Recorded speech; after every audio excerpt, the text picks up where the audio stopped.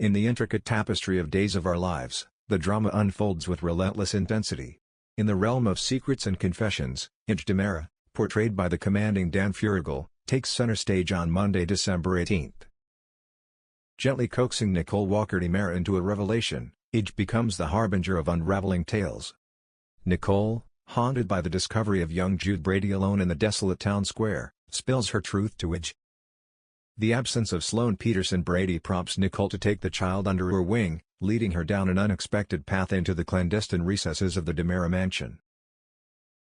Jude, a figure torn between empathy and pragmatism, insists on the impossibility of retaining custody of Sloane and Eric Brady's adopted son. In the crucible of moral dilemmas, Jude dangles the prospect of a confession, urging Nicole to face the consequences of her actions. The station looms as a formidable backdrop, a stage where decisions of paramount consequence await. A twist of fate or EJ's machinations may set the wheels in motion for Jude's arrival at the Salem Police Department, shielding Nicole from the stain of wrongdoing. The complexity of the situation echoes in EJ's conviction that Nicole requires professional intervention to sever the powerful connection binding her to the innocent child. As the Monday episode unfolds, Sloane, enveloped in her own web of deceit, teeters on the brink of revealing the truth to Eric. A stolen baby plot looms large, and Sloane grapples with the revelation that Leo Stark might be the puppet master orchestrating the Stark Symphony. However, before Sloane can unburden herself, Harris Michaels, portrayed by the enigmatic Steve Burton, interjects with a revelation of his own. A major clue in the kidnapping saga propels the narrative forward, arresting Sloane's confession and casting shadows on the investigation's path. In another corner of Salem, the aftermath of a clandestine encounter unfurls. Stephanie and Harris engage in a conversation that delves into the mysteries of their shared night. Stephanie, grappling with fragmented memories, seeks clarity from Harris. The enigmatic night spent between them hangs in the air, its true dimensions veiled in uncertainty. Did they venture into the realm of intimacy, or did the night unfold in a haze of unanswered questions? Meanwhile, in Paulina Price's apartment, a weary figure conceals the burdens of exhaustion. Chad Demera, portrayed by the talented Billy Flynn, seeks solace in the presence of Paulina. Unbeknownst to him, their paths are entwined with the impending dissolution of his relationship with Stephanie Johnson. Days of Our Lives promises heart-wrenching moments as Stephanie and Chad officially declare the end of their union on Monday's episode. Chad, now faced with the wreckage of a broken relationship, navigates the murky waters of heartbreak. In the backdrop of Paulina's apartment, ominous signs emerge.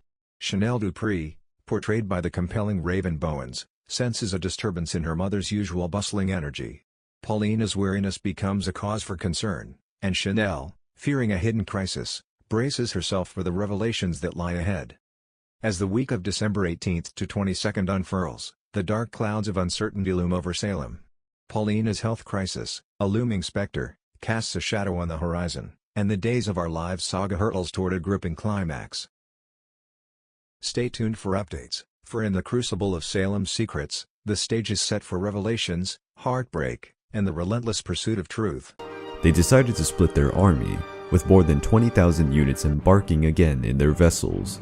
Among the embarked troops, one could find the mighty Persian cavalry, always decisive in the battlefield. The Persians were planning to leave 30,000 troops with the mission to hold the Greek troops, while the ships with the remaining 20,000 men would go directly to Athens, which was unprotected. The city only had children, women, and old people. Women prayed to the goddess Athena, the goddess of strategic war, and Nike, the goddess of victory. They had been given orders to commit suicide if the Greeks lost against the Persians. The Athenians were in a rather difficult situation. Even after embarking almost half of their army, the Persian numbers inland were 3 times greater than the Greeks. However, General Miltiades, realizing that the Persians no longer had their cavalry, which was sailing to Athens, noticed that the Greeks could have an opportunity against the Persian army. The general decided to relinquish his strong defensive position and launch an attack. To match the length of the lengthy enemy line, Miltiades decided to stretch the phalanxes, which stood at the center of the formation, thus matching the length of the enemy line, hence preventing the Persians to flank the Greek units. The Greek general weakened the center of his formation and aligned the best troops at the flanks. His plan was to beat the enemy's flank with his lateral troops and then help those who were fighting at the center. It was an inventive plan, yet extremely risky.